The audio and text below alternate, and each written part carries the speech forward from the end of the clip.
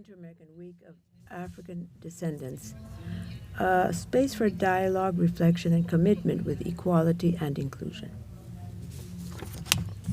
This year, this week is under the slogan, Equality that Inspires, Freedom that Transforms, and a Hemisphere that Leads.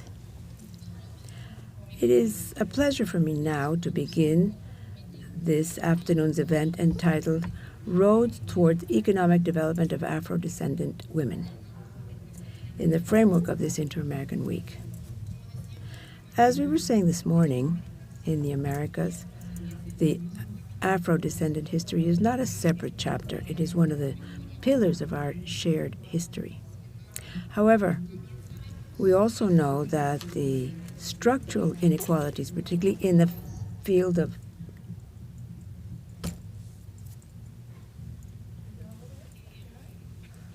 particularly in the economic sphere, continue to affect women, Afro-descendant women, disproportionately. The purpose of this meeting is to promote a multi-sectoral dialogue on structural solutions that will promote economic development of Afro-descendant women in the region. We will focus particularly on access to inclusive financing, identification of scalable good practices, strengthening of regional cooperation, and effective integration of race and gender in economic and financial policies. This space seeks not only to reflect, but to contribute to the finding of concrete, sustainable, and transforming responses. And to officially begin this important dialogue, it is a pleasure for me to give the floor to our Assistant Secretary General, Ambassador Laura Hill.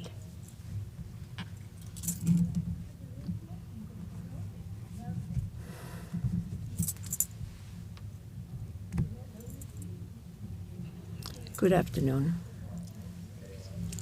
It is an honor for me to be here to begin this panel, which has a title that in itself is a political act, Pathways to the Economic Emancipation of Women of African Descent.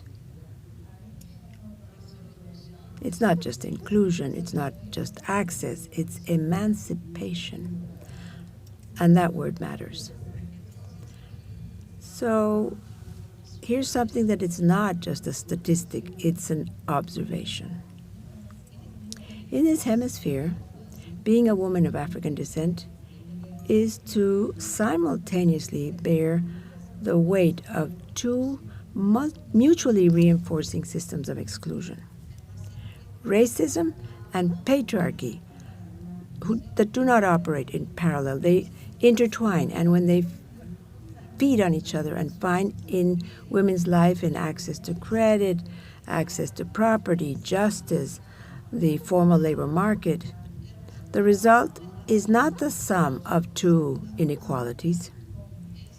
It is a specific and aggravated form of subordination that international law has only just begun to name with precision. And naming it with precision is the first step. The second is to do something. And this is what this panel is about. The racial agenda in the inter-American system did not arise from the generosity. It arose from the sustained pressure of communities, movements, grassroots organizations that for decades put their bodies and their voices into the spaces where decisions were made. We, and I say we deliberately, have a responsibility not to forget that. The OAS has progressed. We have the Inter-American Convention Against Racism, Racial Discrimination, and related forms of intolerance. We have the follow-up mechanism for the Durban Declaration and Program on Action. We have General Assembly resolutions, IACHR reports, and statements from the Inter-American Institute of Human Rights. All of this exists. And yet, when we look at the data on poverty, on informal employment, on maternal mortality or violence or access to justice. What we see is that women of African descent in our region continue to be systematically at the bottom of the ladder. This means that the gap between text and reality remains unacceptably wide. In my view, there are several problems, but I would like to mention one that is frequently neglected, and that is the fragmentation of the agenda. Women's rights follow one track, the rights of African descendant people follow another. The economic development agenda follows a different one. And rarely do these tracks converge into a coherent public policy with an allocated budget, with indicators disaggregated by race and sex, and with accountability mechanisms that have teeth. I'd like to mention something about the multilateral context. The International Decade of African Descendants proclaimed by the United Nations for 2015-2024 left us with lessons we cannot afford to waste. The results are unequal. There was progress in visibility, in data, and in policy development. But there was also a persistent gap between the commitments made and the resources mobilized.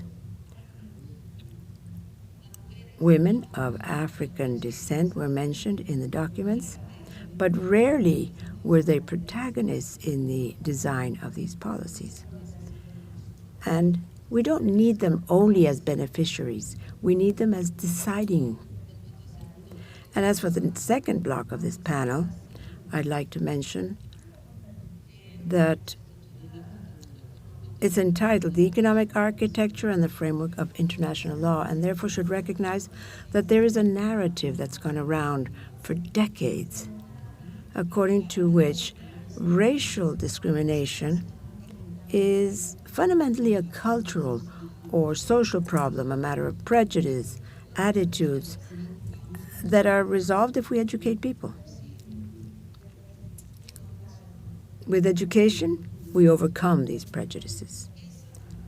That narrative is empirically false and politically convenient for those who benefit from the status quo, because what evidence tells us and what international law is beginning to recognize more clearly is that racial discrimination has a structural and economic dimension that does not resolve itself. It is reproduced, it is inherited, it is institutionalized in credit markets, in land titling systems and labor markets, and the algorithms of digital platforms. Discrimination is not a market failure that the market corrects. It is often a characteristic of the market that requires deliberate action. And I want to close with what I began, the word emancipation. Economic emancipation is not a long-term project that will come about through gradual accumulation. It is a transformation that requires concrete decisions within concrete timeframes with identified responsible parties and accountability mechanisms. It is not enough to declare principles. We must budget equality. Women, and this is something I've said often, and I'm sorry you have to hear it again. Resilience is over-evaluated. Women in our continent don't need for us to tell them that they have to be resilient. They are resilient in excess. What they need is that all of us, multilateral institutions, stop confusing resilience with acceptance. Thank you very much.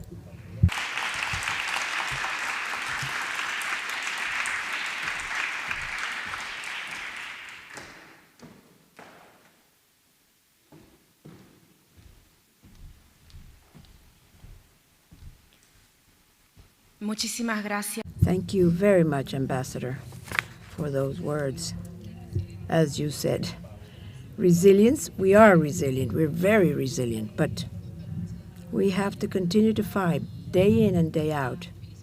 Unfortunately, you recognize it, and we hope many more will do so as well. And now let's begin our first panel, beginning Advancing in the Racial Agenda in the Multilateral Context, Regional Cooperation and Good Practices. The purpose of this panel is to promote a dialogue on structural solutions promoting economic development of African-descended women in the Americas, with emphasis on regional cooperation, exchange of good practices, and effective implementation of international commitments. This space invites us to ponder on how to overcome the structural barriers faced by African-descended women, and how can public policies, multilateral partnerships, international commitments generate economic opportunities that are fair and sustainable, both at a national as well as regional level. We will do so based on some guiding questions such as, what are the main structural barriers that limit economic development of African-descended women? How can experiences of public policies led by African-descended women inspire sustainable and scalable models? What mechanisms and multilateral partnerships are necessary to ensure equitable access to financing and economic opportunities? And finally, how can we guarantee that international commitments become concrete actions at a national level? And to help us in this conversation, we have the honor to have Ambassador Pastor Murillo from Colombia to chair this meeting. He's recognized for his history in the promotion of Afro-descendant people's rights.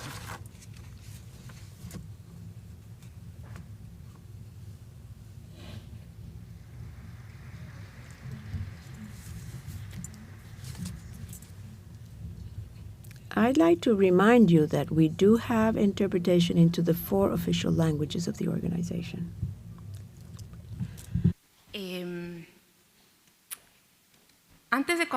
And before we begin, a reminder, with all due respect to our panelists, that they have about 7 minutes for their presentations. We have with us in the panel Ambassador Daniela Arruda Benjamin from the Ministry of Foreign Affairs of Brazil, Laís Barros Gonçalves from the Planning and Budget Ministry of Brazil,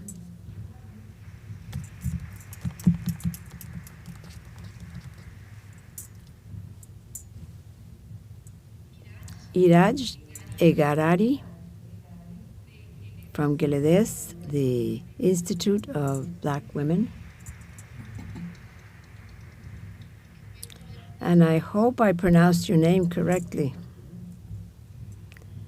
And Rosa Maria Hernandez from the National Council of Indigenous People and Afro-Mexicans in Mexico.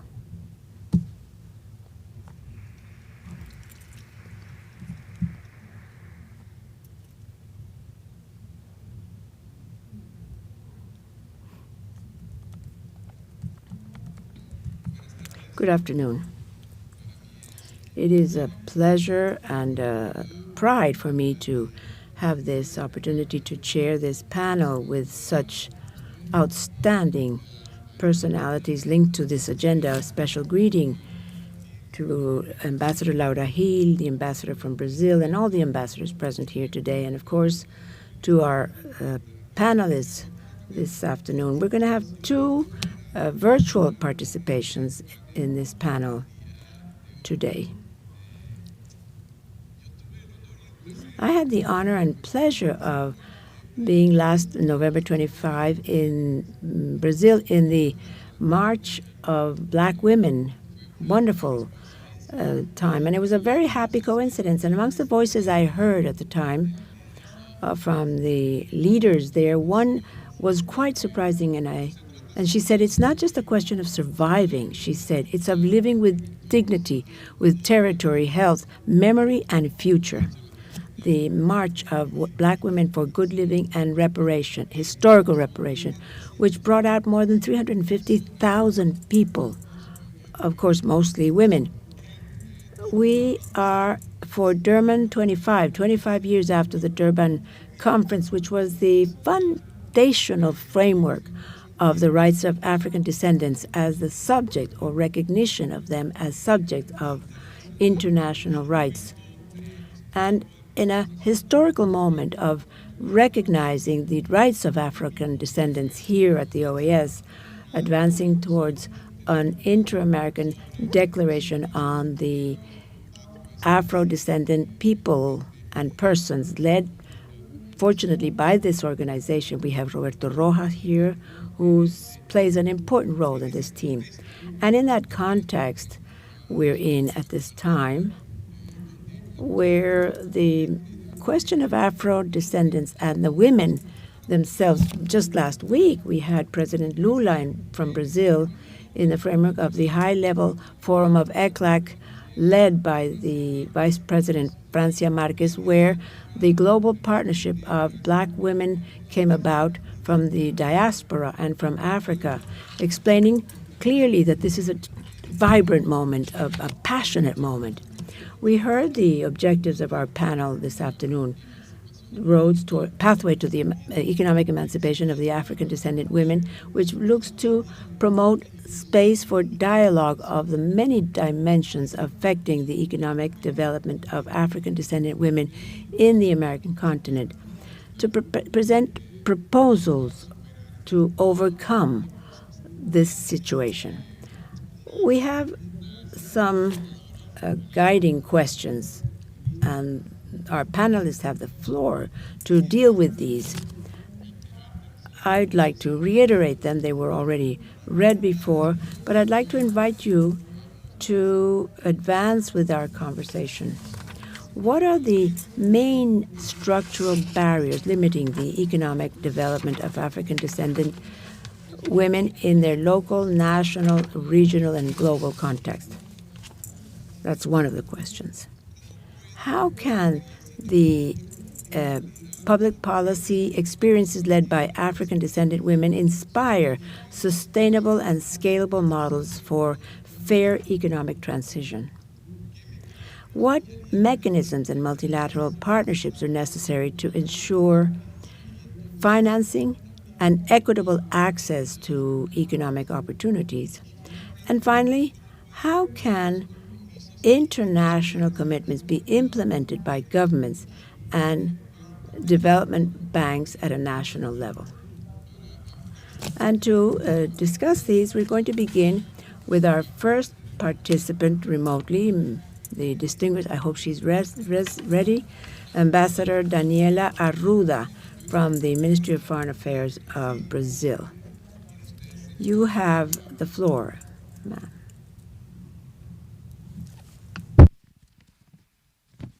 Good afternoon to all of you. Ambassador Murillo, can you hear me? Yes, we hear you. Go ahead. Perfect. Thank you very much. It is a pleasure and an honor for me to participate, even though from afar, in this fundamental discussion in the Inter-American Week of African Descendants. I would have loved to have been there with you today, but I just returned from Bogota, from the first forum of ECLAC with Africa, and for agenda reasons I was unable to come.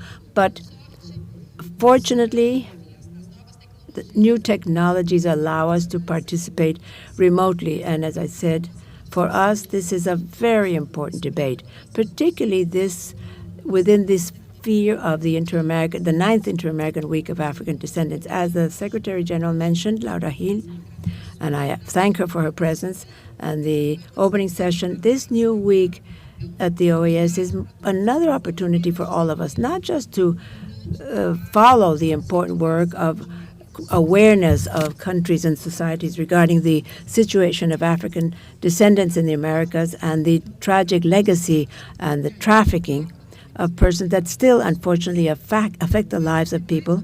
But more than ever, this is an opportunity that Brazil takes as a responsibility to talk about the important contribution of African descendants populations in the development of the Americas, exchanging experiences on initiatives and successful policies adopted to overcome the challenges faced by these people. And above all, a thought about this, how to join forces on concrete actions that can contribute to reduce the racial and structural inequalities that still permeate in many of our countries, if not all of them, to allow us to advance towards a development that can be, in fact, inclusive and sustainable.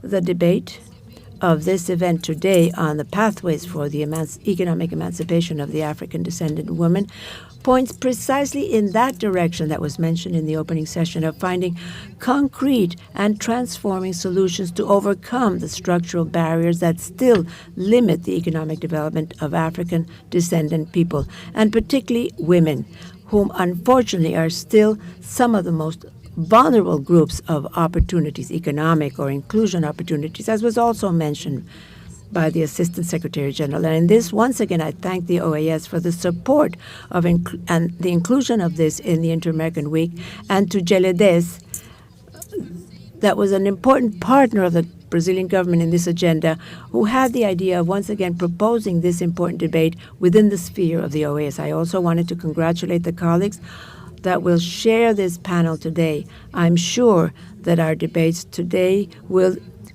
greatly contribute to analyze and debate this topic. I'm sure also that the debate will supply important elements to reinforce initiatives for cooperation, identifying strategies that will help us promote more inclusion and equality. This is a key subject for Brazil. As I said, as President Lula said, precisely last Saturday at the first high-level meeting with ECLAC that was mentioned by Ambassador Murillo, despite having implemented several public policies of racial equality, Brazil is still far from paying its debt to Africa and the African descendant people for the 350 years of slavery.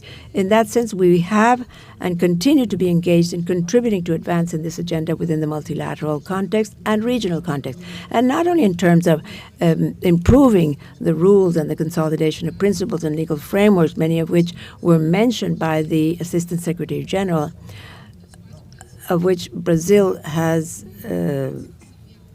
had the satisfaction and honor of contributing to its improvement, but also the identification of instruments and strategies that will help us turn public policies and equality policies, these international and regional commitments.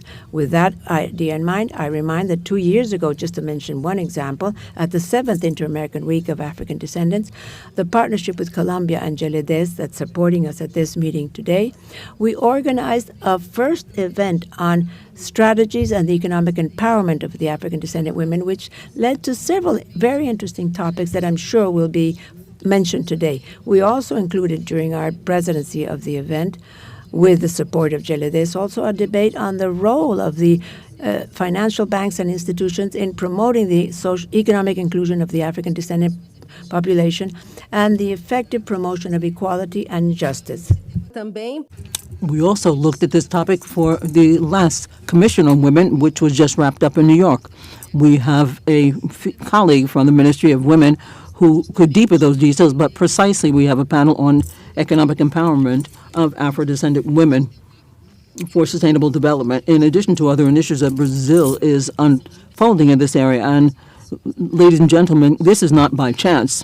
The Economic Research Institute shows evidence that black women in the work market is much below the average. Only 52% of them are employed, while the average is 75% for men. And once again, this is because of the patriarchy and racism, and they go together in a very nefarious way. Now, when we talk about posts and other things, the numbers are even worse, despite some of the progress that has been recently made. Now, the structural causes, unfortunately, are also very well known. First, structural racism and discrimination, which is very much present in our societies. And in the Brazilian case, the data shows that even with the adoption of various affirmative policies in the last few years, a considerable part, almost 20% of inequalities across the board, are still explained by gender and race. And looking at these dimensions, they continue. Despite that, there are limited access for activities. And here in New York, we still are talking about access and other posts, and it's still very bad. The perception of most of black women who work in the private sector is that discrimination of gender and because of race is responsible for the difficulties in the professional arena. Now, there's a history of intersectional discrimination, and this hits Afro-descendant women in terms of education, health, and other basic rights, and this is very challenging for economic emancipation. The absence, for example, of effective public policies for care that can slash the overburden that women bear and that consume them and leave them out of the work market because they take care of other senior citizens. This is another problem, the persistence of the people in informal economies that affect our economies, that affect more vulnerable populations, increasing the economic dependence of women and generating and leading to other problems. There are a lot of discussion in the G20, and it underscored that black women have more problems in access to credit. There is a lack of data and enough information. Another topic that will be broached here today. We also have some very serious inequalities when it comes to education of black women. In the example of New York, for example, we spoke about a growing number of black women who are in higher education now, but only 14.7% and their university studies. And this means, obviously, that it's translated into fewer opportunities and access to well-remunerated work, not to mention something that is also obvious for some women, but it also affects another segment when it comes to registering in science and technology, engineering, and math in the STEM areas. And this, of course, hamstrings getting into well-remunerated posts. Another aspect of gender, which we shouldn't overlook mentioning, it is another reality for many of our countries, and this is a structural barrier for economic development and for getting into the labor market for women. So these are just some of the very important barriers that still exist historically and that involve impasses for economic empowerment. And it's always good to reiterate, I think, we talk about these things, but we have to continuously reiterate that empowering economic empowerment of Afro-descendant women, of black women, is not just part of the agenda. It's a sine qua non condition for development of the countries of the region. If we cannot include this segment of the population of the economy, we will not be able to overcome some of the traps of development that are still there in our countries. So to look at this, we're going to need more presence of Afro-descendant women in academy and in positions of leadership in companies and international organizations. Greater representation means greater attention to specific demands of this segment of the population, and then, as a result, greater training to be in keeping with reality. More women in academia. This means more production of data and knowledge as to the situation. It means access, and oftentimes these things are lost. Visibility, representation of groups that have been historically marginalized. This tends to lead to discussions on public policies which are necessary for racial equality. Now, also let me underscore the importance of strengthening networks to support women in the various sectors. Ambassador Murillo mentioned launching an alliance of women for CELAC and Africa, and these are opportunities to participate in historical events, and I think this is an initiative which is very important. We cannot forget not just the impact that these networks have on the opportunities and training for women, but also, and above everything else, there's a multiplier effect, and it's something which is very important and fundamental, and it shows something for future generations. Having black women in the decision-making arenas where decisions are made for younger generations will give them more motivation and stimulus. So to conclude, given that time is moving for multilateral organizations, these are privileged spaces perhaps to make progress on this agenda, for this exchange of experiences and for or success cases to have partnerships. This is something really very interesting, but I agree with the evaluation of the ASG. What we need now is more synergy so that the initiatives are a fabric and have more impact. Without the OAS, and particularly in the Integral Development Program, this could be a benchmark to have partnerships precisely not just to raise the awareness of the importance of greater opportunities, but also in the design of new instruments that are absolutely necessary. And obviously, civil society has a very relevant role to play, and it should be increasingly involved in these discussions. The example of the first high-level CELAC Africa Forum is very important in this regard. So this, of course, leads me to conclude the last question. What international commitments to be implemented can development banks and governments in different contexts play? Well, I would like to raise a few points just to conclude. More dialogue with civil society to improve public policies in this area, discuss the necessary actions so that we can continue to make progress and design public policies that are in point of fact effective, to translate into concrete action some of the international commitments. One of the things that was spoken about in the CELAC Africa Forum is that we talk a lot. We go from meeting to meeting. And there are examples. We talk a lot, but we still have problems in following things up and translating these things into concrete actions and commitments. More instruments and more financing for public policies that are well structured. And in this specific case, I think that the role of the development banks, both regional and international, is crucial so that we can deepen these instruments that we have. And this is going to require states to have greater articulation, greater coordination to defend the governing boards of these banks with the actions that they take. We need more data. Progress has been made, such as collecting data, but I also think it's really very important to look at some of the differences and to have increasingly more information from international organizations that can work in this regard. And as I said, more synergy between the different initiatives so as to avoid this fragmentation, to avoid the lack of impact. So to sum up, we've made progress, but we still have a lot of ground to cover. And I'm quite sure that some of the initiatives that were mentioned here will continue for this discussion. More than anything else, we have to transform the reality of inequalities in which we live. Countries need more action. Thank you very much.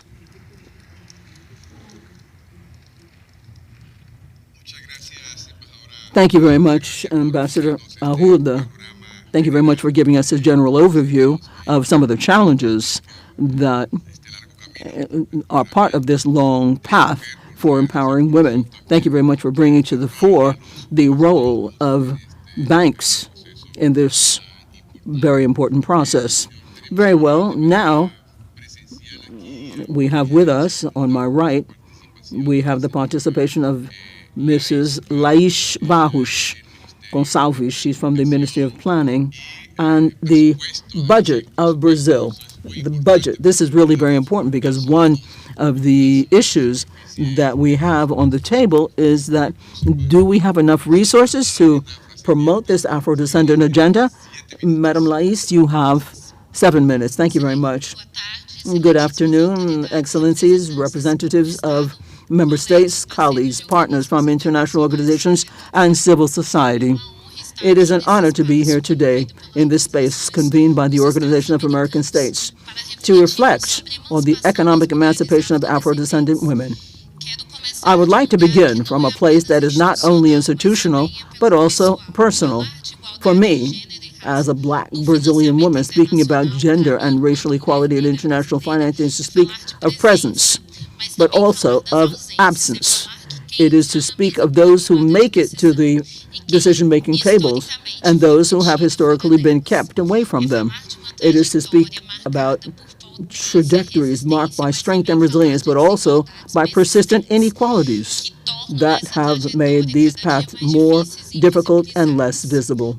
In Brazil, discussing the economic emancipation of Afro-descendant women is to discuss the very meaning of development. Women are the majority of the Brazilian population, representing 51.5% of the country. And black women make up the largest populational group in Brazil, more than 60 million Brazilian women, according to the 2020 census conducted by IBGE, and they continue to face historical barriers in accessing resources, networks, and decision-making spaces. And here, this brings me to one of the first questions raised by the panel. What are the main structural barriers that limit the economic development of Afro-descendant women? These barriers operate at different levels and reinforce one another. At the local level, many Afro-descendant women face concrete obstacles in accessing credit, technical assistance, quality information, connectivity, training, and institutional networks. In many contexts, they begin at a disadvantage because existing instruments were not designed with the real inequalities shaping their territories and their life trajectories in mind. At the national level, these barriers are reflected in income inequality, the disproportionate burden of care and domestic work, occupational segregation, underrepresentation in decision-making spaces, and the difficulties of accessing public and financial arrangements on a larger scale.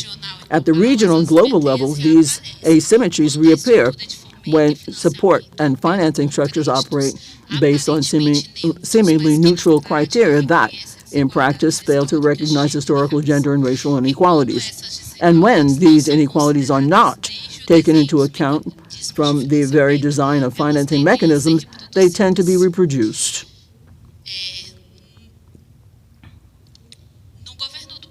Within the government of Brazil, we have structured our commitment to removing these barriers through the Federal Affirmative Action Program, known as the PFAA, established by Decree 11,442 of March 21, 2023, as part of an interministerial effort carried out in close partnership with the Ministry of Racial Equality. At the Ministry of Planning and Budget, we are organizing an action plan aimed at transforming initiatives that have often been rendered invisible into a structured public policy, one that is monitored and guided by a clear direction, a policy that recognizes historical inequalities and acts to transform them in concrete ways. Because we women know this, especially black women. We have always been producing solutions. What has historically been lacking is recognition, access, and investment. And the data show this clearly. Although around 12% of Brazilian municipalities and states are headed by women, in Brazil, only 8%. We have only 8% of external financing requests are submitted by these women leaders. This data reveals a significant mismatch between institutional presence and effective access to financing opportunities. These challenges become even more relevant when we consider the volume of resources involved. COFIEX approves projects financed by multilateral development banks and foreign government agencies totaling more than $9 billion, with a direct impact on the lives of Brazilian population. In addition, its active portfolio exceeds $30 billion spread across more than 250 projects in essential areas. We are talking about decisions that affect education, health, sanitation, infrastructure, the environment, and quality of life. This is a strategic agenda that shapes both the present and the future of development. It was from this diagnosis that the Ministry of Planning and Budget of Brazil began developing the Alliance for Gender and Women's Empowerment in International Financing, which is included in the PFAA. And this leads me to another question on this panel. What mechanisms and multilateral partnerships are needed to ensure equitable financing and equitable access to economic opportunities? From our perspective, at least 5 interconnected moves are necessary. First, we must incorporate explicit gender and racial equity criteria into financing processes, from project formulation to selection, implementation, and monitoring of projects. Second, it is essential to expand the production and use of disaggregated data, including social and racial indicators, so that historical inequalities no longer remain invisible in diagnostics or assessments and decision-making. Third, we need to invest in strengthening institutional capacities, especially among subnational government and women public leaders, so that they can structure external financing projects with technical quality and an inclusive perspective. Fourth, we need to develop affirmative, sustainable, and monitorable financial instruments capable of correcting asymmetries in access rather than assuming equal conditions among actors who have historically been unequal. And fifth, we need to consolidate permanent multilateral partnerships that connect governments, development banks, international organizations, cooperation agencies, and civil society around common objectives with political commitment, technical coordination, and monitoring mechanisms. This is precisely the direction in which the alliance has been built. It is a collective effort involving important partners such as the World Bank, the IDB, CAF, the French Development Agency, KfW, and Plata. Its aim is to build criteria, instruments, and practices capable of addressing structural inequalities in access to financing. In April 2025, we held our first technical meeting, launching a process of alignment and cooperation. And today, I'm very pleased to highlight a concrete milestone of this collective effort, the launch of the Practical Guide for Structuring Projects with External Financing, which integrate gender and race as structuring elements in project design. The guide was designed and looks at a commitment to turning principles into instruments for action. This guide was designed as a practical tool for women public managers, supporting them from the conception to the implementation of financing projects.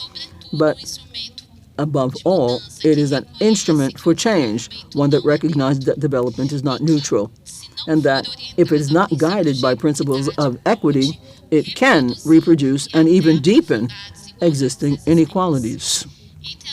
Among the alliance's goals are the holding of regular meetings, the production of technical tools, and the creation of an institutional collaborative network. Our objective here is to encourage and work alongside alliance members to advance racial and gender diversity criteria, integrate social and racial indicators into financing processes, expand data production, establish specific targets to reduce inequalities, and develop affirmative,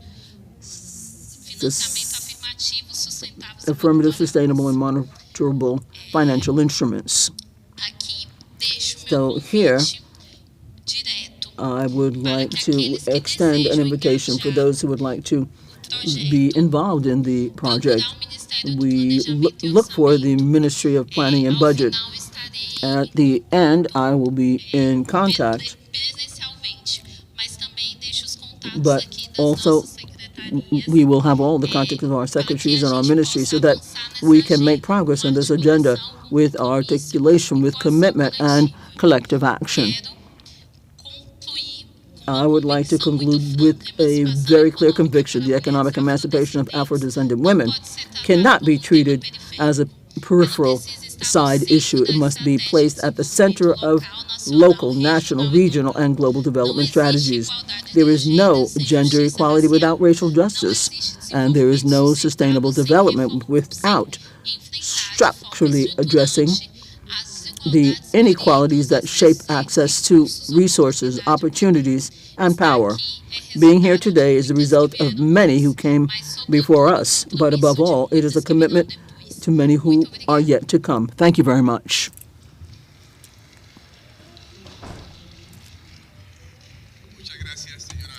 Thank you very much, Mrs. Barros.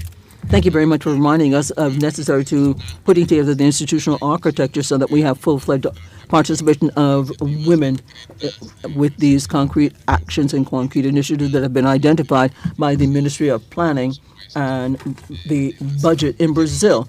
So I would like to avail myself of this opportunity before I give the floor to the next speaker to express my recognition, particularly of the Ambassador of Colombia and Chair of the Permanent Council of the OAS, Mr. Ernesto Vargas, who is there sitting down. Greeting, Dr. Vargas. Ambassador Benoni, Brazil with the Geladesh Institute has played a very important role on the international agenda of Afro-descendants.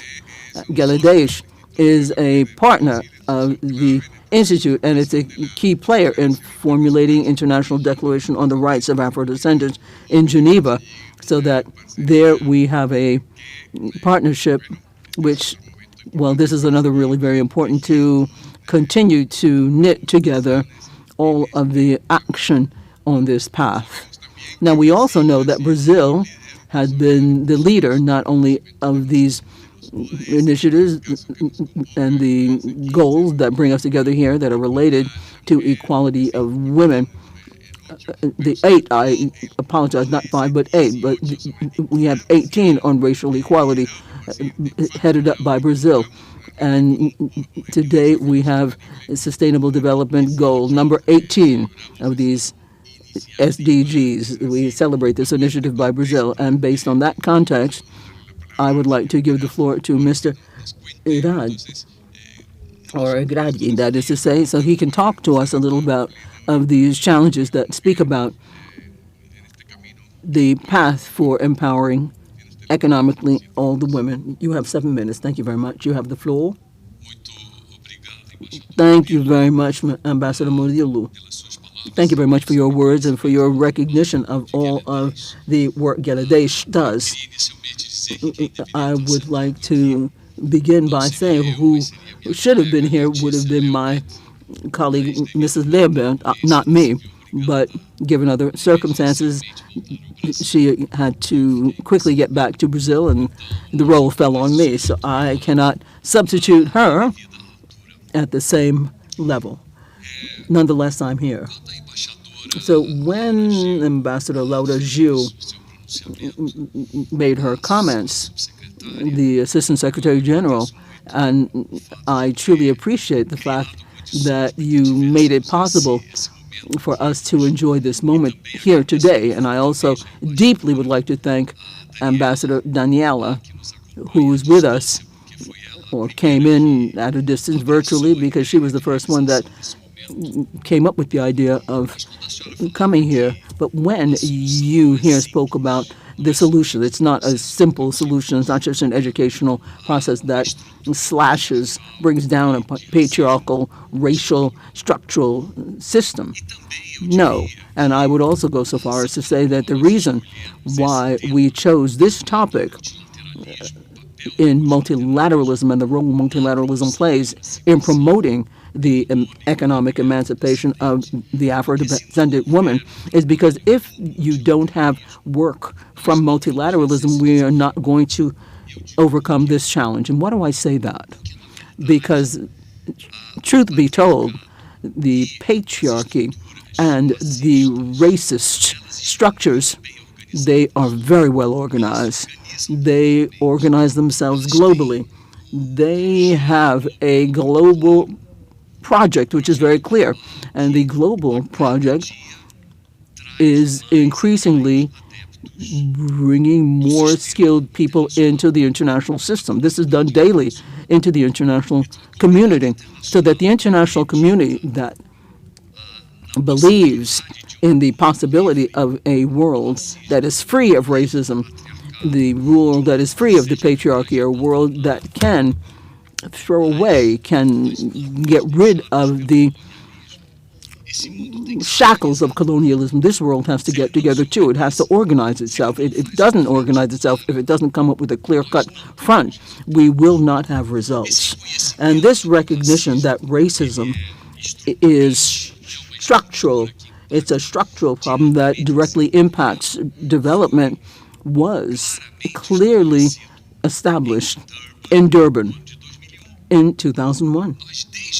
Since 2001, we have this as a clear-cut beacon. But the question is, what are we able to do within the multilateral system so that the benefits of these global action can influence more and more countries? In a talk that I had outside of this room, someone said to me, well, yeah, Brazil is different. You have the wherewithal to do stuff that we don't have in other countries in Latin America. We don't have in other Caribbean countries. So how do we make it such that everything that Laish shared with us get into the hands and the dimension of the Americas across the board as a whole? As a person from civil society, I cannot be the one who is going to be congratulating the government gratuitously, because my role as civil society is to be a critique of the government and to show the paths that have to be followed. In other words, Brazil is no big example of success yet. It might be in the future, but it also needs to do what is successful, and so that it can grow more. So that, let's take a look at what happened with the Sevilla commitment. This was last year. Everybody spoke so much about the care economy. People spoke so much about the role of women when it comes to the one who should break down certain structures. But once again, the international system falls into the trap, a real easy trap. And that trap says to sit back and be happy, and we come up with a declaration so that we came up with a commitment, right? Now, let me open up a parenthesis. This is so poorly translated into English as compromise from Sevilla. It wasn't a compromise. Nobody gave in anything. Nobody traded anything or gave anything in exchange. It's a commitment. Poorly translated into English, says the speaker, and a large part of the word also sits back easily, and they say, look, we did our part. And I go back to insist, what is the role of the Organization of American States to make it such that few experiences, but successful experiences, how can some, few that they are, but well and successful in Colombia, the few that they are, the successful ones in other countries in the Caribbean, and how can we make this scalable? How can it take on a different dimension or a greater dimension? Eu tenho mais poucos minutos. I'm looking at my watch. I think I have very few minutes left. So the truth is, something that has to be done, I would say, at the OAS with regard to what is a greater development instrument in the dimension of the Americas, which is the Inter-American Development Bank.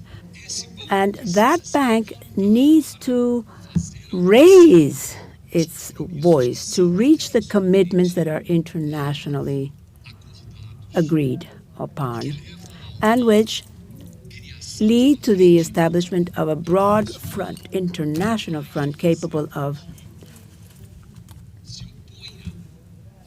objecting what others are doing.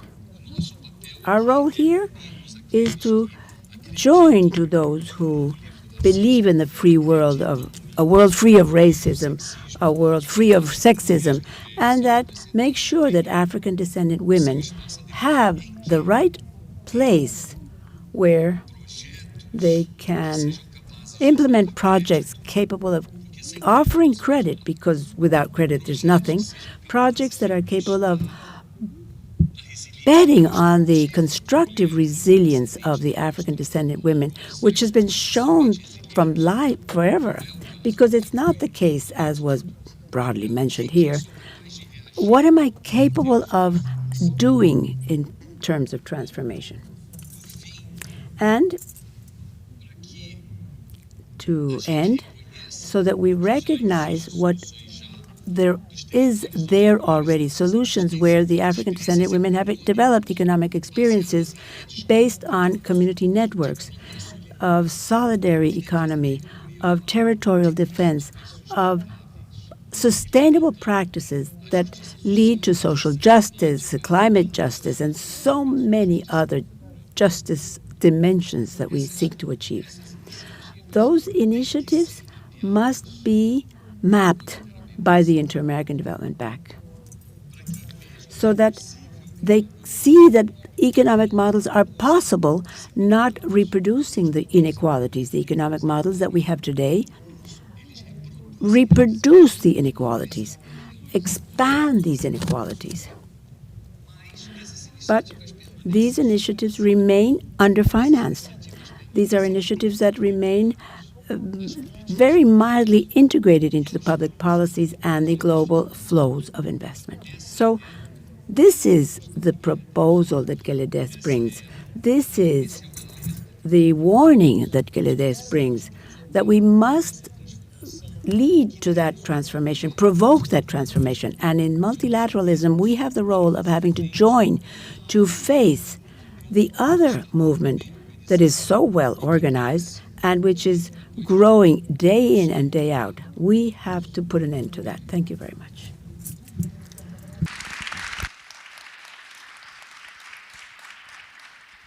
Soy yo quien le da la... It is I who thanks you, sir, for your intervention. Without a doubt,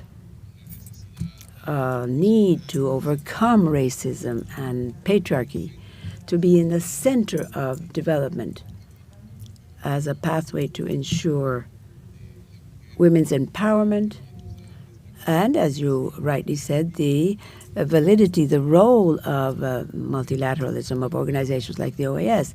And, in fact, they are trying, as we see, to accelerate this agenda. But to end, we have our fourth speaker this afternoon, and she's online at this time.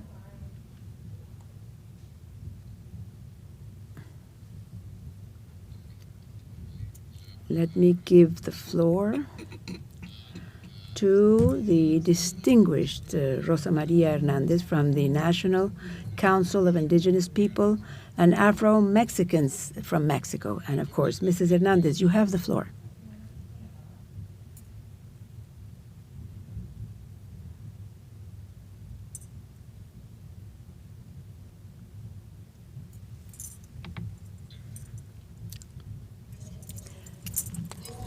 I greet you with all due respect and in gratitude for this wonderful opportunity to be with you here virtually. My name is Rosa Maria Hernandez Fita. I am originally from the Cuitlahua municipality, from the central zone of the state of Veracruz. A historically important region for its fight for freedom and the rights of the African American people, headed by Janga. I am a professor in basic education and a National Council member of the National Council of Indigenous People and African Mexican. On February 29th of 2004, the National Council of Indigenous and African Mexican people was set up. Specialized advisory, consultation, and the link of Indigenous and African American people with the National Institute of Indigenous People and other departments and entities of the public federal administration. The objective is to analyze, opine, propose, recommend, and follow up policies, programs, and public actions to ensure acknowledgement and implementation of rights and welfare of our people. The Council includes members from the 70 indigenous people and the African Mexican people, organized in 13 thematic groups, including the one related to the rights of African Mexican people and community, which I honor to coordinate. It also has a group that works with indigenous women and African Mexican, spaces where one is specifically making the structural inequalities we African Mexican women face more visible, building proposals with our own voices. On September 30th of 2024, Mexico took a historical step forward in the reform of Article 2 of the Constitution, recognizing for the first time indigenous people and African American and African Mexican people as part of the pluricultural combination of the nation, and in particular as subjects of public rights with legal personality and their own legacy, reaffirming the right to their free determination and autonomy. Recognizing in particular the rights of indigenous and African Mexican women to participate in public decision-making and development of their communities. Establishing that the government at all levels must determine through compensatory rules and equitable compensatory rules that are fair and proportionate, with budgetary allocations for people and communities can administer them directly. And in this sense, after this constitutional reform, for the first time, the state recognizes, provides for public resources granted directly to the indigenous and African Mexican people. And the first exercise of this type was the FAISPIAN. The objective was to have work, actions, and public services to the communities through direct resource transfer to indigenous and African Mexican communities who must execute the expense and be responsible for it. For African and Mexican women, this is a strategic opportunity, allowing us to participate in planning, managing, and supervising public resources, which means that we have direct influence in the community development and transformation of the inequality conditions. This is an experience of the Paispian, which gives all African Mexican women a significant opportunity. It arrives as an allocation in the communities, this resource. It is given directly to the communities, and the communities can organize themselves with a committee that is in charge of executing the resources. This committee has a rule of operation which provides for the treasury to be in the hands of a woman. So African Mexican women in all communities are implementing this action as managers of the resource and are performing important leadership roles. The community, or the organized community, makes decisions and decides how they're going to apply the resources. In basic infrastructure, in health, in education, they themselves decide where they're going to implement the resource. And I'd like to share with you that at this historical moment, all indigenous and African Mexican communities are inaugurating all types of works throughout the country. And we're pleased and happy to see that they themselves are capable of managing in such a way that the resources have been used for what they have planned and even more, according to the scope. Honestly, this is so important to see that this FAISPIAN experience has also allowed African Mexican communities to organize themselves, work in teams, make decisions at an assembly, and participate actively in the community. And of course, this work has strengthened the work of identity of each community. So important, the work that all women are performing in our own territories and through this mean.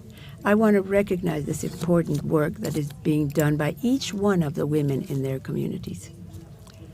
Its organization, its administration, and accountability, because they are accounting for what they're doing in each community.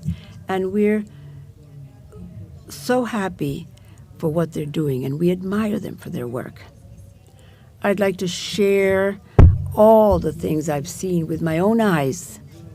The inauguration of works, of domes and daycares and water things and drainages and crafts and domes in the schools and pathways and roads, so many things that they're doing. And we know that it is an opportunity for each community to do their own community projects. I am profoundly grateful for this opportunity to share this space with my brothers and sisters. In Mexico today, we have taken important steps forward in the Constitution and in the direct allocation of resources. Economic emancipation of African descendant women requires a legal recognition, participation, and autonomy in decision making. May this space continue to build pathways and learnings to define better public policies in our countries. Afro-Mexican women know that the work we're doing is to honor our ancestors, those women of the past, the women of today, and the women of tomorrow. Never, ever again a world without African descendants.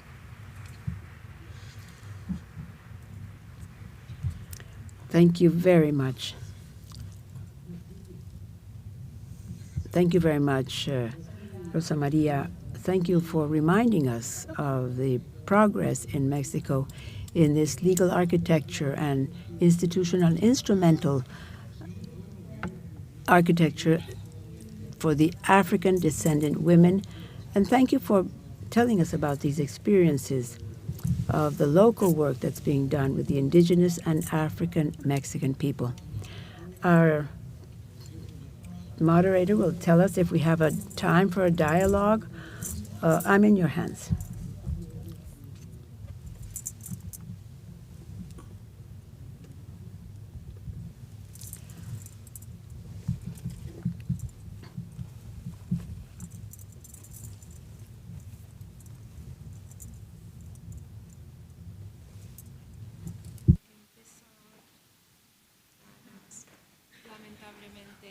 Bueno, lamentablemente. Oh, unfortunately, we do not have time for an exchange here. I'd like to mention that this has been a very productive panel.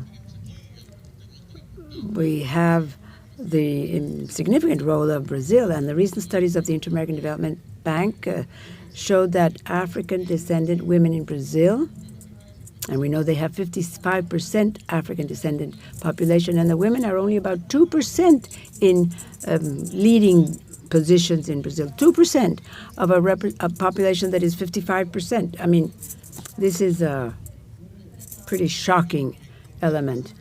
And on the other hand, we know that women in Latin America is represented in about 90% in the domestic service. They're not at the top levels, but they're overly represented, unfortunately. Indigenous and African descendants are 90% of the domestic workers.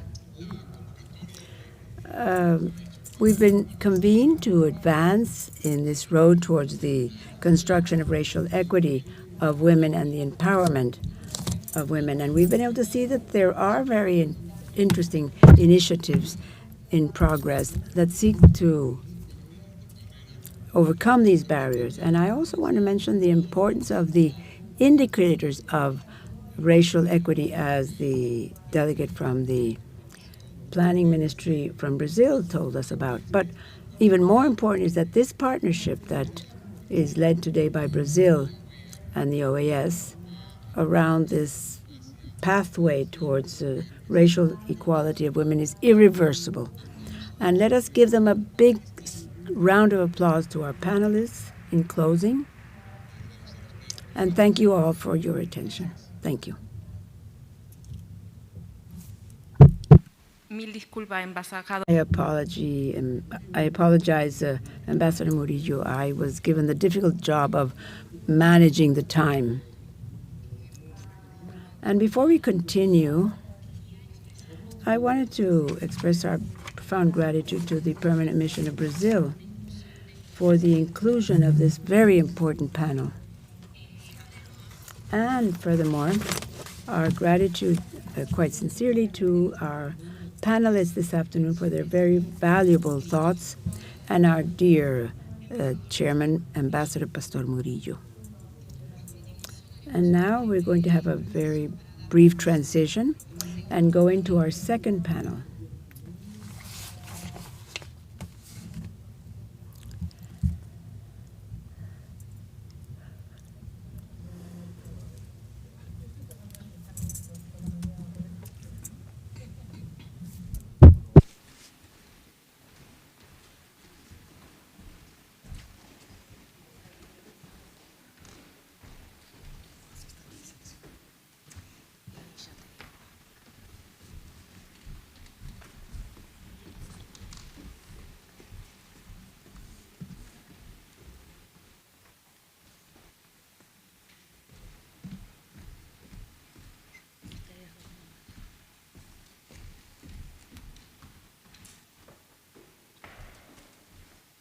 Bueno, muchísimas gracias. Thank you very much. And now we'll begin our second roundtable entitled Economic Architecture and the International Law in the International Law Context Against Racial Discrimination. In the Americas, racial discrimination is not just a social question, it's deep-rooted in the economic structures and regulatory frameworks that have perpetuated inequalities. This space invites us to think about how to change these structures and turn them into instruments of justice, equity, and inclusion, and how to overcome the structural barriers faced by African descendant women, as well as the public policies, multilateral partnerships, and international commitments that can generate fair and sustainable economic opportunities at a national and regional level.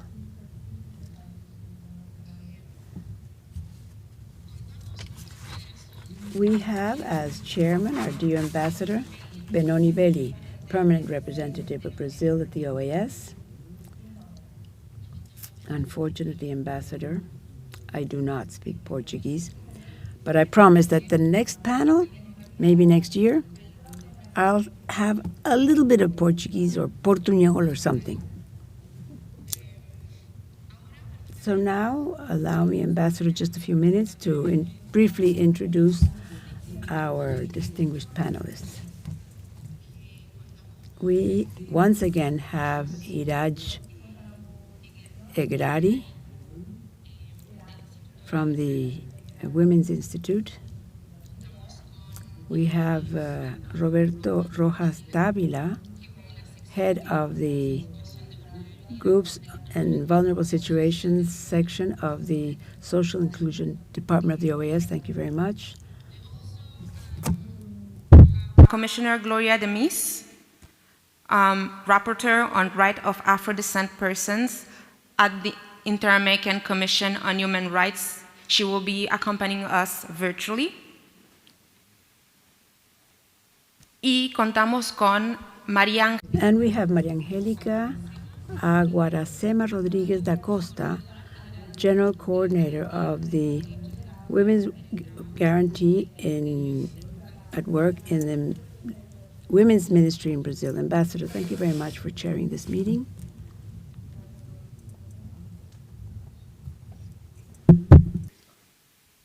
Tenía entendido que I apologize. I believe he was going to be present. Oh, he's online. Thank you very much for reminding me of this. And Gabriel Dantas, who is also here with us virtually. Thank you, Ambassador, for chairing this panel, and I give you the floor. Thank you very much. I'm so happy that in the next edition, Rosana will be speaking to me in Portuguese or Portuñol. I speak perfect Portuñol, so if you know me, you know that's a fact. It's an honor for me to chair this second panel entitled Economic Architecture and the Fight Against the Racial Discrimination. The guiding questions were already read, so I don't believe it's necessary for me to repeat them. I only think I'd like to make an initial comment before I give the floor to Iraji, who's going to be the first to speak, followed by Gabriel, who is virtually with us. When we speak of racial discrimination, there are people who still believe in that vision of the formal equality. Everybody's the same before the law. And that makes sense because historically, the civil and political rights were fundamental, and it's enough to think of the fight against apartheid in South Africa, all flight for civil rights here in the United States, the right to vote. That's fundamental. But when we speak of racial discrimination today, we're not only speaking of that type of equality, the formal equality in civil or political rights, but the need to consider positive services of the state, giving the people equitable access to opportunities, professional growth opportunities, access to education, access to health, the possibility of having access to credit as well for those who wish to begin a company. We have several examples of this in Brazil of entrepreneurship in this area of African descendant people and black women, and who need that support. And that's fundamental, and I think that that is linked with the international support of and the elimination of the racism. And so I'd like to ask our panels to think of how to translate in the international framework this commitment to overcome racial discrimination and structural racism, which we have in the economy, in the enterprises, education, with this unequal access to so many things and benefits and public goods. So I want to give the floor to Iraji Egradi, who's going to begin her comments, her remarks. Very well. I'm going to have my talk divided with Gabriel Cantes, who's now on the screen. I already spoke a bit before, but now I'd like to go into greater detail of some other ideas. First is the question of gender, of structural dimensions, of the organization of economy itself. The people can find that rather strange, but it's a fact because they help define who has and who does not have access to credit, who comes into the chain value, who has investment or cannot invest, who assumes the work of care, and you'll say, oh yeah, I understand. And care, non-remunerated care, who supports the cost of the precarity of these two economic cycles the cycle of precarity and prosperity, two types of cycles. Black women do not observe the cycle of prosperity. They are under the one of precarity. And this defines who is systematically set aside of the decision levels that was also mentioned today. That's why we spoke of the African descendant women and their economic situation. It's not just speaking of a specific group that is at the margin of the system. It's the design of the system itself, and that's why I invite my colleague Gabriel to continue with this presentation so that one can understand what is the discussion of the design of the system itself. Gabriel. Boa tarde a todas as pessoas presentes. Good morning, everybody. I hope you can hear me very well. Good afternoon to everybody. Wonderful, wonderful. Thank you very much, Iraji, for giving me the floor. It's a little bit difficult to pick up on your points on your own introductory talk, but we do have to remember that a lot was said during the first panel, and I think that it's really crucial. It's essential, particularly nowadays when there's an attack on multilateralism and there's the erosion of a practice that we've had not only in economic terms but in multilateral terms across the board, so that we dare to think even nowadays as to how we can precisely break down this barrier of precariousness and to think about particularly Afro-descendant women when it comes to some kind of line of prosperity, a path towards prosperity. So just in terms of order, and despite the fact that we have two men who represent the Institute of Black Women, Geladesh, I just wanted to say that we had to have at least two men here who are talking about black women, but nonetheless, we're very honored to be able to represent Geladesh here and to be with our Leticia Lobeck for other issues. But moving on to looking at this segment, my dear friends, I think that something that was spoken about time and time again in different talks, particularly in the speech made by Daniela Uda, this response, this transformation, precisely to put Afro-descendant women in a cycle of prosperity, not necessarily those words, but I think it's really very important to underscore that here. This response cannot be just a thought. It has to be a transforming thought. And I say this because it is in line with some of the other points that were mentioned, such as, for example, the Sevilla commitment, one of the more recent frameworks for development. And even in this same commitment, there's already a very significant recognition that discrimination in all of its forms is a serious obstacle to economic development, and it is necessary to fight against racial discrimination and racism and other correlated forms. But the step that we need to make is to transform this recognition into an institutional design in fiscal criteria and to involve development banks with specific monitoring mechanisms. So the first panel I was very happy to hear, and I very happily heard the Minister of Development, I should say Budget and Planning, and she brought to fore a lot of different actions and activities that the Brazilian government has done, but despite the fact that they are very important and welcome not only nowadays at times that we are living in, but the fact that we have crystallized this material substantive equality. Unfortunately, we still need a little bit more. We have to be more ambitious, not just in Brazil, but for our entire international community. And first, This is in recognizing that development requires economic policies that can deal with these structural historical inequalities. But it's not enough to just broaden the volume of resources if the financial channels are the same ones as always. We have to focus, and if they're focused on the same groups, no, we have to broaden access. We have to broaden up things to the infrastructure, to technology and economic opportunities for these communities that historically have been dealing with this systemic discrimination.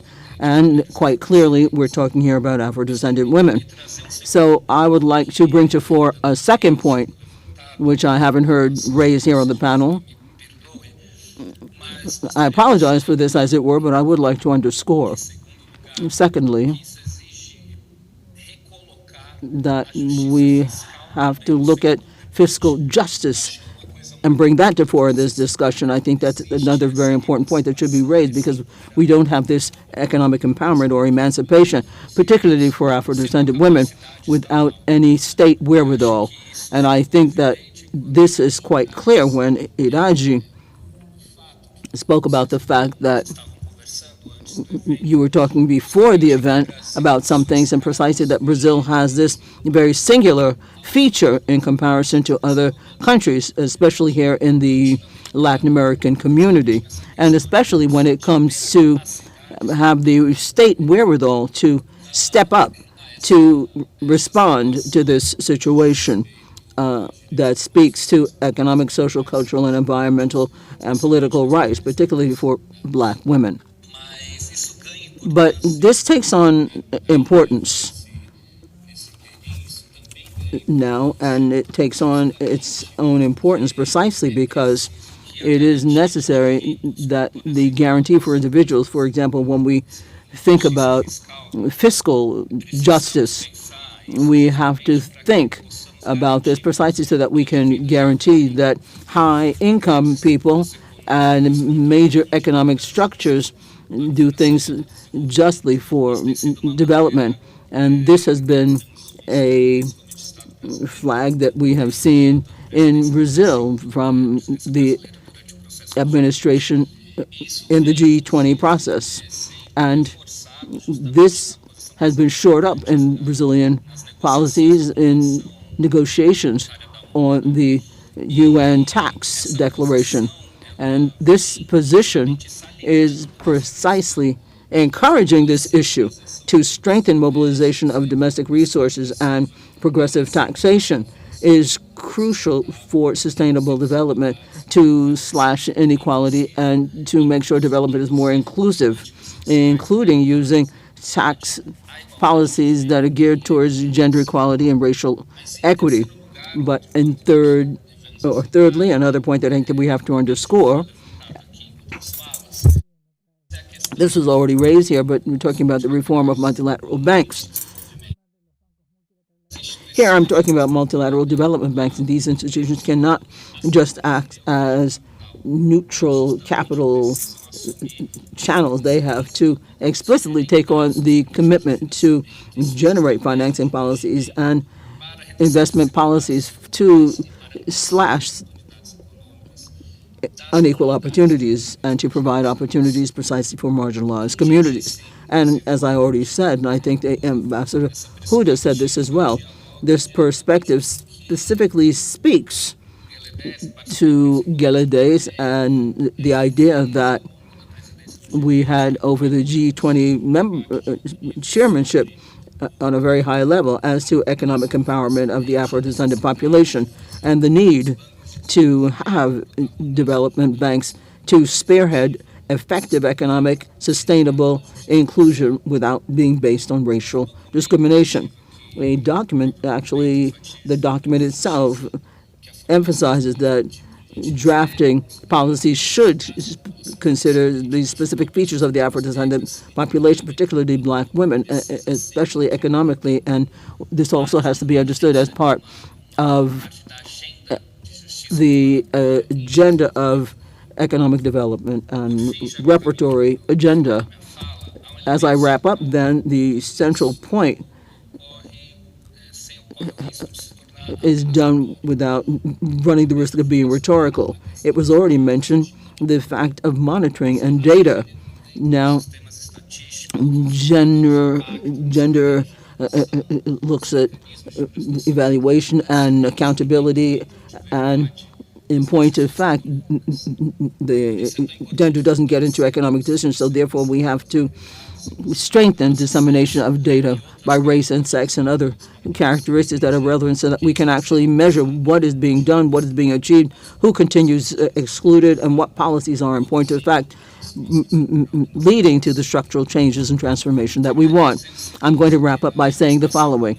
And the economic empowerment of black women cannot be seen as a territorial sideline or sidebar. And I'm really happy because I think that this is a conclusion of the discussion that we've been having here. And precisely these are decisive acts if economic democracy in America is going to be taken seriously. Now, if we want an more legitimate economic architecture, one that is more coherent and inclusive and in keeping with international principles that we just signed, we really need to ensure that black women, Afro-descendant women, are not just present in statistics of exclusion, but rather at the center of strategies for financing, power, and development. Thank you very much. Obrigado. Thank you very much, Gabriel, for your thoughts. They're very important, particularly the need to have aggregated data that will allow us to visualize things, because today the big problem in combating racial discrimination, all of its forms and pillars, is the invisibilization. This is a worrying trend, particularly in the multilateral system. There's an attempt to look askance at all of this as if everybody was equal in the eyes of the law, as if there was no structural needs, but this seems to have been a debate that had gone over and above. But no, we have to have fiscal justice, as you mentioned. We need to have tax justice, as it were, that will make a difference on the ground, leading to more well-being and economic development, social inclusion, and inclusion particularly of Afro-descendant women and other groups that are vulnerable. This is really crucial so that we can make progress along those lines. Now I'd like to give the floor to Roberto Rojas, our partner right here in the OAS, to hear his thoughts. Thank you very much, Ambassador. I am Brazilian in the heart, but I'm not a Bahian Brazilian, so it's important in this talk. What are we going to call it? Well, it's a panel. It's a panel that's headed up by Brazil, Geladesh.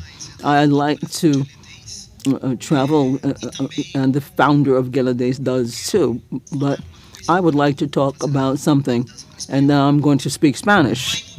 There is no Afro movement without Afro women, and this is really very important to point out, because we can talk about this, but a year ago in Santiago, we were talking about the contribution, and of course I consider myself an Afro-Americanist and an Americanist.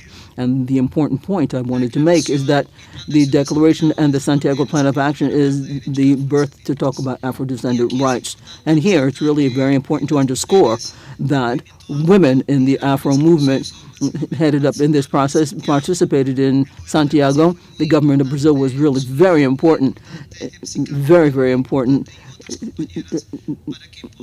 We had a lot of partners so that we could move ahead in recognition of rights. And unfortunately, at that time, a lot of time passed in looking at civil rights here, but people were made invisible. Now they are deservedly recognized and are more visible. And that's why I also wanted to show the transition as to how these Afro-descendant women were invisible even in the United States. And everybody talks about Martin Luther King, but people don't really talk about other people like Rosa Parks and Angela Davis and so on and so forth, and in Latin America as well. And that's why it's really very important. Since Slavery Day is resistance, we talk about Yoho and others, but people don't talk about Palmares. And it shows that there's still a process of making us invisible and making the role of Afro-descendant women invisible in the resistance and also in recognizing rights. Now, when we talk about recognition of rights, we also have to talk about Leila Gonzalez. She's the visible face of Latin American black visibility, and Angela Davis, by and large, across the board. Now, when we talk about intersectionality, Afro-descendant women also play a very important role. Kimberly Cruikshank and others in Colombia when we talk about intersectionality, because we also have to recognize that not only patriarchy but racism is part and parcel of our lives, and in feminism, and it's also racism that's present, and that's why we've got the issue of intersectionality that comes to the fore. Now, precisely here at the OAS, we have a very important framework of recognizing rights, but we also must talk about rights and the presence of Afro-Caribbean women, particularly ambassadors, and a very important role being played as delegates. And what we have, the Inter-American Convention Against Racism and all forms of racial discrimination and intolerance. The two conventions that spearheaded this process in the final stages, it was Joy D.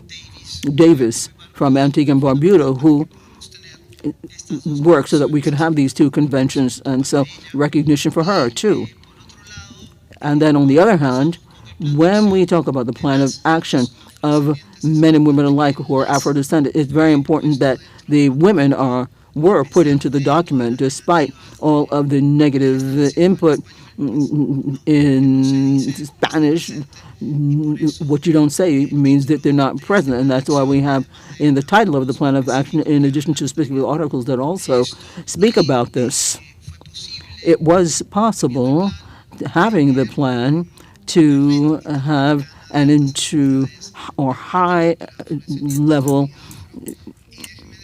forum, RIAFO, for African or Afro women, and this is run by Afro-descendant women. Now, the four chairs that we have had have been Afro-descendant women. Susana Matute from Peru, who is now participating in politics. In Peru, we might also have an Afro-descendant woman vice president, Epsi Campbell, former vice president. Then we had Marielle Agnelli Franco as Minister of Racial Equality in Brazil, and Leticia Rodriguez da Borda, who is in the Ministry of Social Development of Uruguay.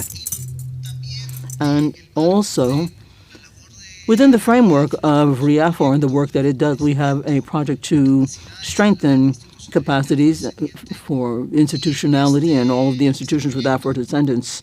And in this project, supported by CEDIA, and we would like to thank the Observer Mission from Spain in this regard. We have capacity building. We also have a study. In the capacity building, we have a virtual course on intersectionality and gender for public policies. And in the study on the state of play of institutionality, it shows something which is really very important. And then I'm going to tie up loose ends after a while to see how this all comes together. But in this study, it shows that Afro-descendant institutionality is run by women. And this is the institutionality that receives the least economic support in the state budget of governments, included that of Brazil, the Ministry of Racial Equality. Of all of the ministry, they receive the least amount of funding. And I have to seize the moment to mention this so that we can get more funding for the Ministry of Racial Equality in Brazil. And it's important because it allows us to have something in black and white, as it were, to say that, yes, this is something real. What we work on these topics, and we've known this for a long time. And there, I tied this up with the economic issue. So how can we make it possible that those who take economic decisions, the decision makers, can also be aware that to invest in Afro-descendant populations and in Afro-descendant women is a win-win for everybody? And there are studies that say this, that show this, how the inclusion of Afro-descendant people in programs, in budgets, increases the GDP. And I'm not saying this. And the IDB and CAF isn't saying this, the IMF says it. There are studies within the framework of the protests and with George Floyd's assassination showed this, and that is to invest in Afro-descendant people and in Afro-descendant individuals is a win-win for everybody. Now then, what do we do so that we can consolidate and have a recognition of rights? And particularly this week, this is what we're talking about, but with an Inter-American Declaration on Rights of People and Afro-descendant peoples. So we are in a negotiation process right now accompanying Brazil and Colombia and other countries as well, where this document, in addition to the component that has a very important gender feature, there are some issues, and these topics, and particularly the recognition that Afro-descendant women are diverse as well. So there is some tension, and we hope that that can be removed so that we can move ahead and consolidate the rights of Afro-descendant, but particularly for Afro-descendant women. Thank you very much, Ambassador. Thank you very much, Roberto, and thank you very much for your accent in Portuguese. It's really legitimately Bahian. Well, Roberto brought to fore some very important points. Particularly, he mentioned the importance of words that describe, actually, how intellectual women contributed to this. As Pierre Bourdieu, French politician, said, practice is just made up, but practice in reality is serious. So when we bring to fore some new concepts, innovative concepts, and we describe the reality that are felt, you create the capacity of having a say in this reality and to change it. And I appreciate the one about intersectionality, which doesn't come about because of imagination, which were sidelined from practice, but it came out of black women who suffered discrimination, not just racial, but sometimes social class and gender as well, in addition to other kinds of discrimination. So thank you very much for reminding us of the importance of words and the concepts to change reality. Now, I'm very honored to give the floor remotely to our very dear Commissioner Gloria Denise, who is most likely in Suriname right now. We're going to confirm that in a minute, but Rapporteur of Rights of the Inter-American Human Rights Commission. Rapporteur, you're welcome, or I should say be welcomed here, Commissioner. Thank you very much. Good afternoon. In English now. Panel, distinguished fellow panelists, distinguished authorities, representatives of civil society, and all participants. It is an honor to participate in this important dialogue on economic architecture and the international legal framework in the fight against racial discrimination. When we discuss the economic empowerment of Afro-descendant women, we must look beyond social policies and examine the broader economic structures that shape opportunities across the region. This is not only a matter of economic inclusion, it is fundamentally a matter of human rights, historical justice, and democratic legitimacy. The Inter-American Commission on Human Rights has consistently documented that the inequalities affecting Afro-descendant women are rooted in structural racism and in the enduring legacies of slavery and colonialism in the Americas. These inequalities are reinforced by gender discrimination and socioeconomic exclusion. As a result, Afro-descendant women often experience a triple discrimination at the intersection of race, gender, and poverty, which places them among the most economically marginalized group in the region. Across the Americas, Afro-descendant women remain disproportionately concentrated in the most precarious sectors of the labor market, particularly in domestic and care work, which is too often informal, undervalued, and poorly paid. They also face persistent barriers to accessing credit, entrepreneurship opportunities, productive assets, leadership positions, and formal employment. Their exclusion is not accidental. It is the foreseeable result of systems that have historically distributed labor, wealth, and opportunity along racial and gender lines. For that reason, economic justice for Afro-descendant women cannot be addressed only through national labor or social policy. It must also be the economic architecture that governs financing, investment, development priorities, and access to resources at the regional and international levels. In this context, international human rights law plays a critical role. Within the Inter-American system, both the Commission and the Court have affirmed that states have positive obligations not only to prohibit discrimination, but also to adopt proactive measures aimed at achieving substantive equality. Equality cannot be understood only in formal terms. It requires transforming the structures that perpetuate exclusion. These measures include affirmative action, inclusive development programs, targeted access to education and employment, and structural reforms designed to dismantle systemic discrimination. Economic policies that appear neutral often fail to address racial and gender inequalities and may even reinforce them. A human rights approach, therefore, requires us to ask, who benefits from economic growth? Who bears its costs? And who remains invisible in the design of economic policy? The jurisprudence of the Inter-American Court offers important guidance. In the case of the fireworks factory workers of Santo Antonio de Jesus versus Brazil, the court recognized that the lack of safe and dignified employment opportunities had exposed Afro-descendant women and girls to extremely dangerous working conditions.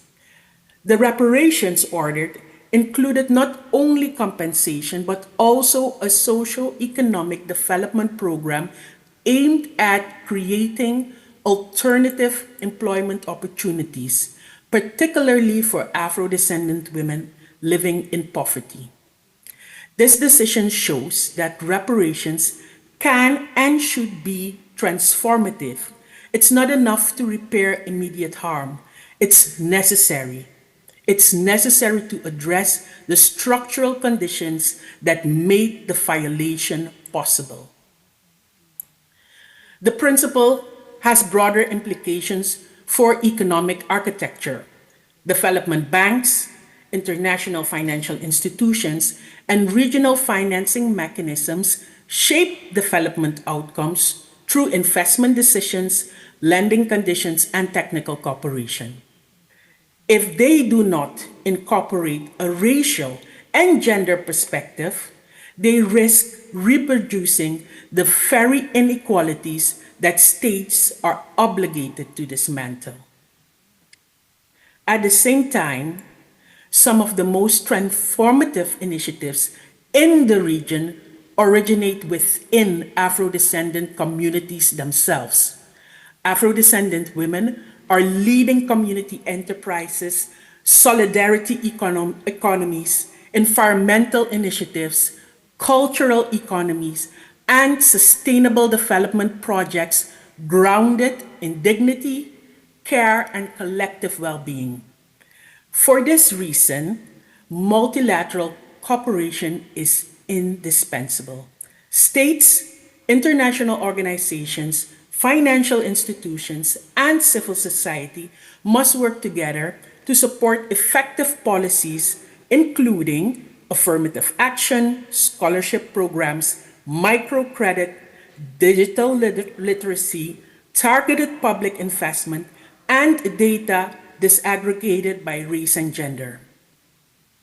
Ultimately, building a more equitable economic architecture requires stronger alignment between economic governance and human rights standards. Only through this collective commitment it will be possible to create economic systems that truly promote racial justice and enable Afro-descendant women to fully realize their economic potential. Muito obrigado.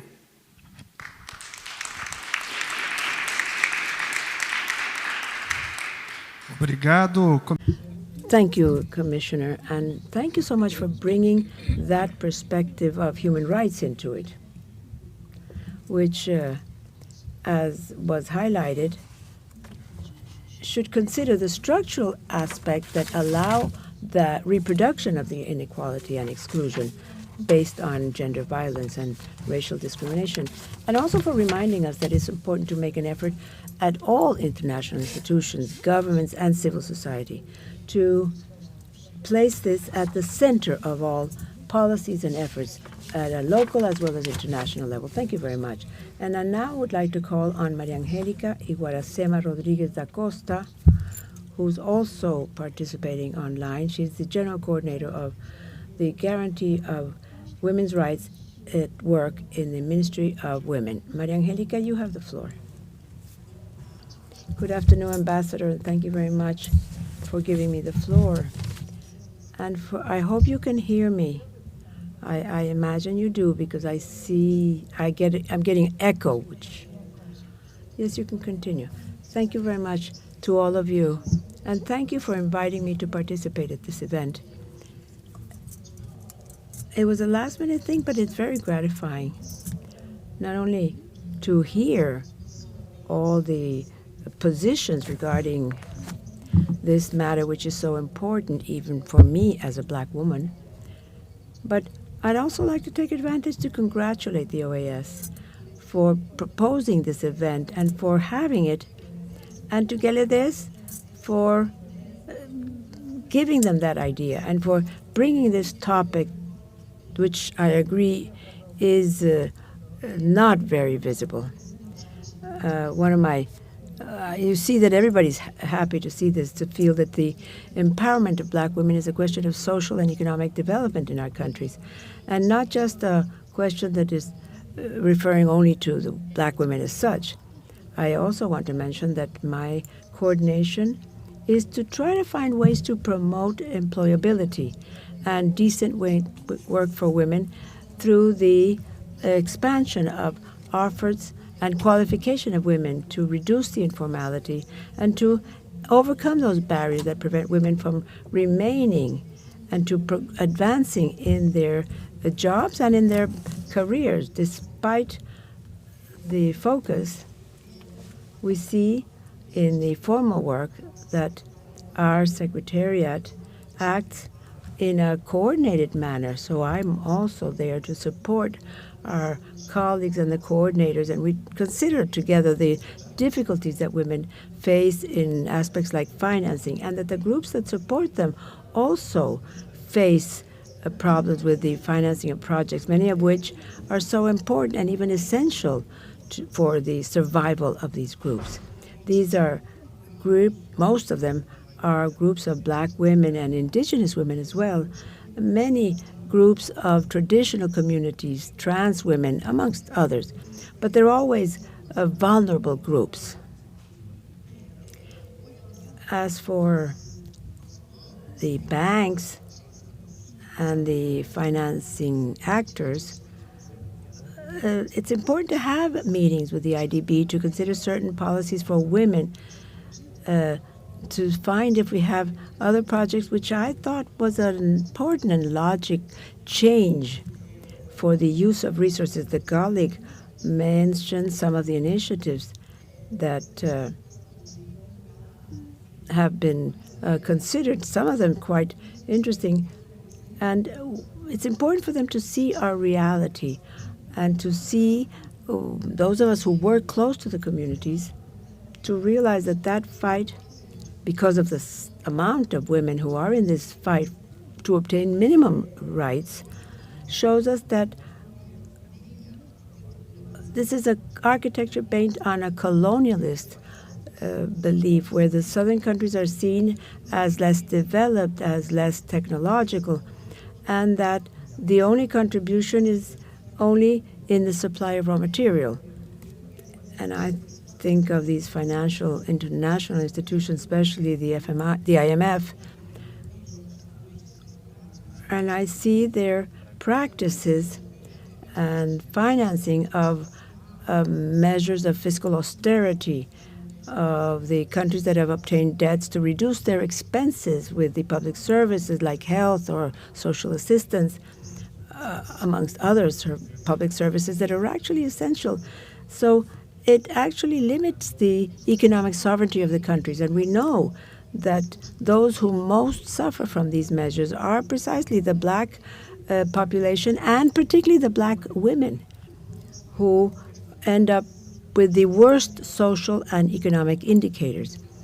And I didn't want to bring data because I didn't want to take too much time, but we have data which helps us monitor this reality of ours. And unfortunately, there are many national economists who criticize the government expenditures and in the social services that support an economic structure which is based on these historic colonialism and slavery systems. These are specific groups.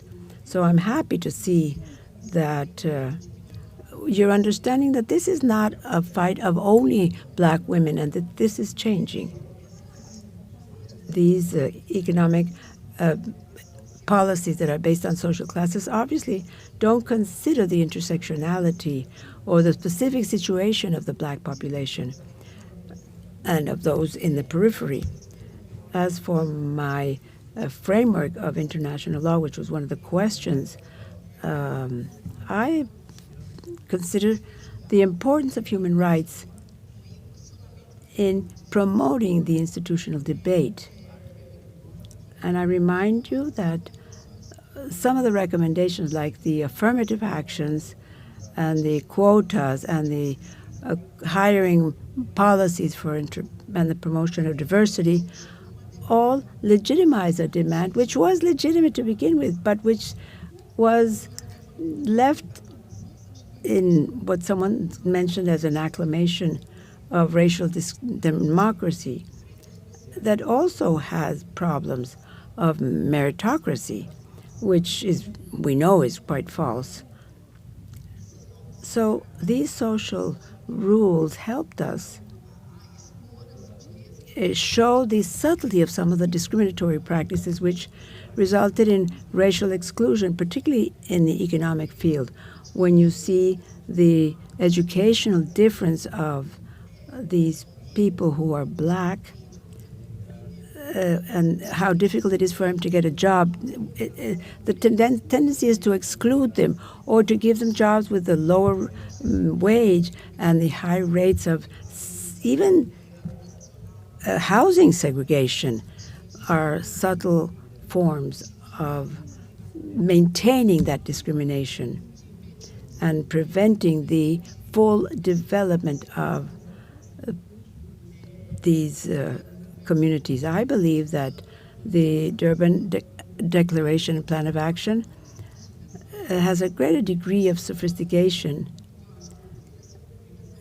and it is a moral obligation, which is the reparation as a result of slavery. The slavery was a crime against humanity, and whatever comes to overcome slavery in Brazil is positive. I see the perpetuation of this subjugation of the black population, which even today has traces of discriminatory practices in different areas of our society.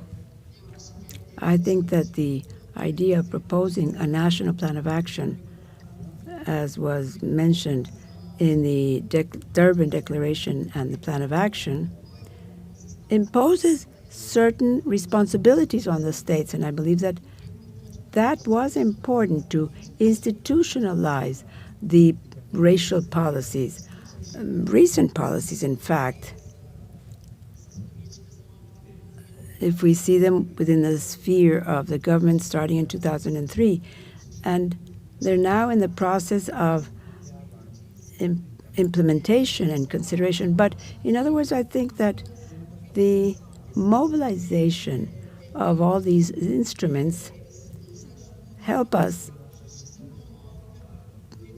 pressure to obtain resources and an economic position and an elimination of the racial disparities which are so profound in the world economic system. We know that the institutions continue to be managed by white men, and I think that that is a characteristic which we have to watch carefully. It's not a criticism. It's just that we know that sometimes the extremely hierarchized systems with that type of representation might not include what we'd hope in the racial equity principles. And I think that it's time. Our President Lula always speaks of changes in governance of multilateral mechanisms. And I think that the governance of these financial institutions also need review and maybe inclusion of mechanisms that would allow, and even the decision of different groups from the countries that are considered still developing. I think that it would be important for them to create fairer structures with sustainable debts for the countries, and it's important for them to hear the countries, to find solutions that are viable for both sides. I'm talking about the economic credit pathways with maybe lower interest for projects that promote economic and racial equality, with criterias and social and environmental issues in all the financing elements and negotiations, including the gender care, racial financing of a plan for climate changes that are causing a lot of suffering for these very vulnerable populations. And I think that the civil society organizations and the multilateral agencies themselves could cooperate with actions that some are being done but maybe could be intensified or continued, because these are practices that will definitely help us have a more transparent vision of the practices of these institutions and the impact of what's done in the social and economic system and of the financial policies and how it affects the marginalized populations, and in particular the women and the black women. Another thing, Maria Angelica, I am sorry to interrupt you, but we only have 7 minutes and you've already taken 11 minutes and 40 seconds. If you want, we give you a few seconds to conclude. We're no longer hearing you. You're muted. I just wanted to say that the multilateral mechanisms, I'm sorry, she's muted herself. Thank you very much, Maria Angelica. I believe I just wanted to thank. Yes, thank you. Yes, you can thank. Thank you. Thank you very much. I believe that your remarks were fundamental to put an end to this aspect of the need for fiscal policies, and all of these taxing policies can or should take into consideration this not as an expense but as an investment, not only at a domestic level but above all at the international financial institutions. And you mentioned some, and in fact some of them have excellent dialogues, like with Commissaria de Mise on affirmative aspects. And I think that people there could end with a reference made by the commissioner of democratic legitimacy. Brazil is a country where the United Nations has promoted a resolution on incompatibility between democracy and racism. And I think this sort of summarizes what we've been talking about. We don't have a true, strong democracy that gives access to all the rights of citizens and all the benefits and public goods and social services if you maintain the structural racism that we know exists in Brazil and in all our region. So here we're talking about finding racial justice and social justice, strengthening our democracy. I think that with this, I return the floor to Roxana, who's our Master of Ceremonies, for some words in Portuguese or in Portuñol. Thank you for your leadership and your chairmanship of this meeting, as well as our panelists for their very valuable contributions. Your thoughts remind us that the fight against racial discrimination cannot be separated from the economic structures nor the framework of international law. And one of the panelists, Roberto Rojas, said that there is no Afro movement without women, and he's not wrong. And as our Assistant Secretary General had reminded us in her inaugural remarks, to respond to the questions that convene us today not only requires will, but sustainable action, regional coordination, and a firm commitment with racial justice.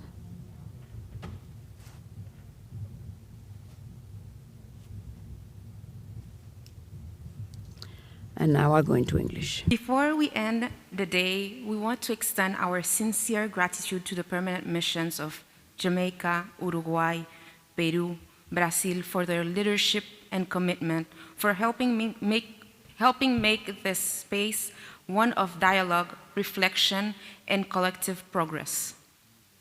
May today's conversation continue to inspire action, strengthen partnership, and bring us closer to a more and just and inclusive societies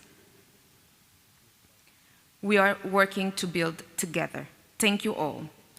As we wrap up today, we warmly invite everyone to join us tomorrow for the continuation of the 9th Inter-American Week of Afro Descent. Don't forget to check our website for all activities planned throughout the week, panels of discussion, events designed to inspire dialogue, foster inclusion, and celebrate the contribution of Afro descent communities around the hemisphere. Thank you very much.